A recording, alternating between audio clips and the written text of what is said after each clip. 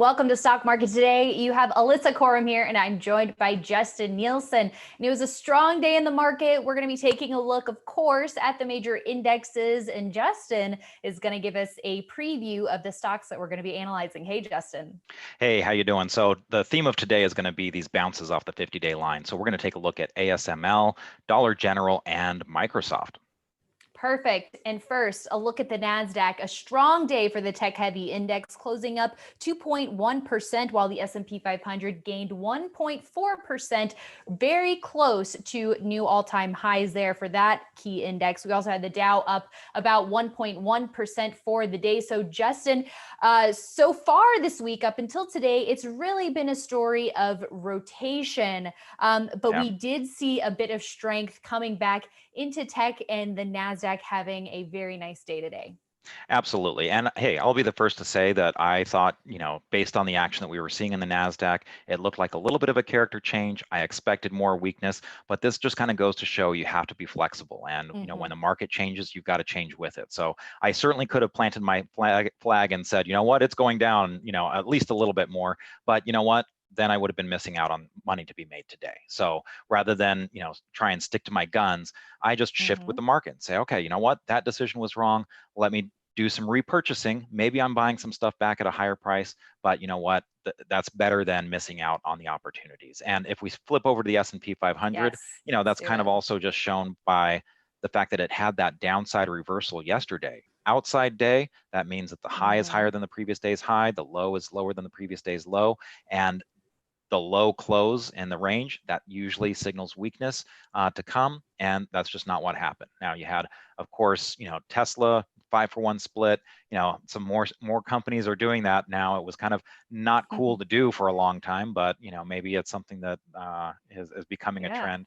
But it's definitely, there was a lot of power, and as you said, it was a lot of that right back into tech.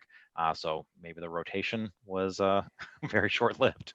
Yeah, and we're going to take a look at some stocks that presented actionable opportunities today. But just really quickly, you mentioned staying flexible and not just getting stuck on a thesis. And I think that's really the beauty of IBD strategies. You're looking at what the market is giving you. That's how we were able to get back in right there very early in April. And we've been following this trend the whole time. And we will continue to follow the market's lead day by day and adjust as necessary. And let's take a look at ASML. This is the stock that has been on our radar during this rally with a notable breakout over here back in May. We saw this pullback, which had the stock closing below that 10-week line, but we're now seeing a recovery of that key level with the stock closing up 3.7% for the day. So a strong day for ASML. Yeah, and this just goes to show you that you have to be ready for these. It doesn't always feel great, right? When there's weakness, it makes you nervous. You're not in the mood to be buying because maybe you took a hit to your portfolio yesterday, but that's exactly the time when you should be looking for these opportunities. And ASML is a very classic example. This was a nice support at 350. Sometimes you find those kind of round numbers end up providing support, and that kind of puts a nice line in the sand. This pullback here, we've got the bounce, we're back above the 50-day moving average line, and now if it undercuts 350, that's going to make this look funny, and possibly look like it's in a position of weakness. But as long as it can stay above there, it's looking good. And this one is not alone.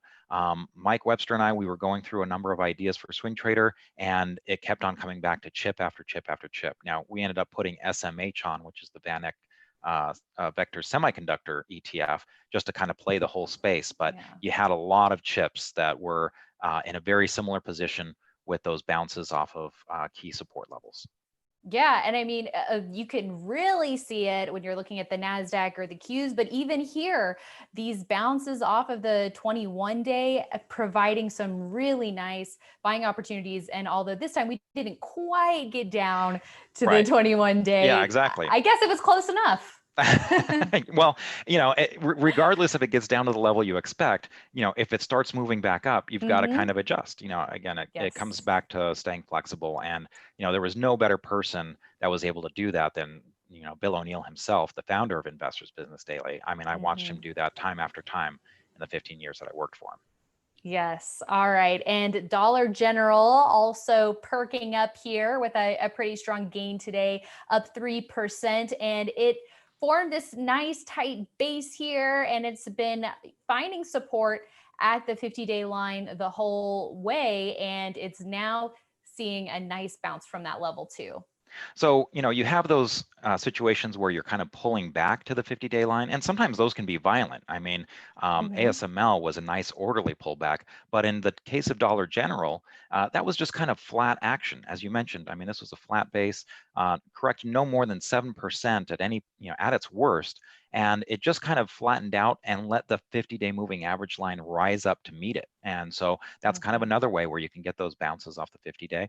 And that 195 area was kind of the line in the sand. It got above that, and that after tight action like that, it's something that's definitely worth looking at. Now, a number of these stocks, you might notice that the relative strength line is not looking as great, and that's going to be, a function of when you have a stock that bases when the market Mhm. is, roaring. That's going to happen. You're going to have relative strength lines that suffer a little bit because of it. Right. But sometimes you get that as you're moving in the market after you've been moving for a while. As you get some of that rotation, some fresher names, that is going to happen. So it's not something to be too Mhm. concerned about, but definitely note it.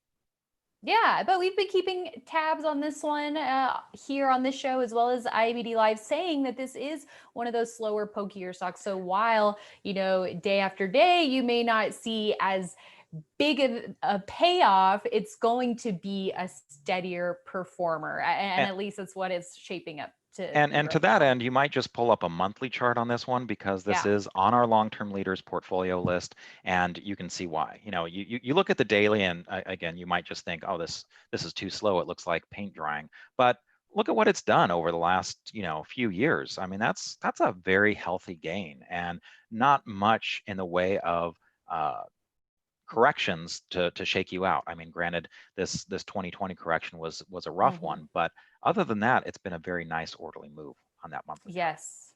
Definitely. Very good point there. You can check out more on our long term leaders at investors.com. We have the portfolio there as well as the methodology for that. All And the right. watch list. So other And the names watch to list. keep a look, Yes. keep an eye on. Perfect. Great resource there. And we also did want to check in on Microsoft. Now, we did have this gap up here, but it came back to the 50-day, but this is providing a buying opportunity here for investors. And speaking of long-term leaders, Microsoft, one of the big names in that group. Right. And this is one of those cases where, look, if you bought it at the 50-day moving average line before, you're not Mhm. necessarily wanting to add here in a big way because you're not up on those shares. But if you bought earlier, this could be another opportunity to add just a little bit. Or if you're, starting out and you've been wanting to get into Microsoft, this could be an opportunity here. Now, it does have that kind of acquisition news of TikTok kind of Mm. out there as a news item. As President Trump has kind of signaled that he's going to be shutting those U.S. operations down unless it can kind of shift over to someone else. You've got a couple people in the running now, Microsoft being one of the big ones. So there is that news item, but this is great chart action. And again, nice orderly pullback. This is not the plunge down to the 50-day line. This is just something that looks like it's getting nice Mhm. support at that level. And so it makes for a nice line in the sand. If it breaks that line, you kind of know that things are changing potentially on this stock. Yes, there's definitely a reason why we pay such close attention to this 50-day and the 10-week line. Mhm. Great for buying, great for knowing where that line in the sand is, like you're saying, for selling. So we highly recommend having this in your toolkit. Yeah. A very key level to be watching One other closely. thing on Microsoft is, whereas Dollar General, very slower, much more slow moving stock, only corrected 7%. Microsoft wasn't too far off. That only corrected 8.7%. Granted, it was, a faster move down and it kind of came right back. But again, this was not too bad of a correction for a stock Mhm. like Microsoft.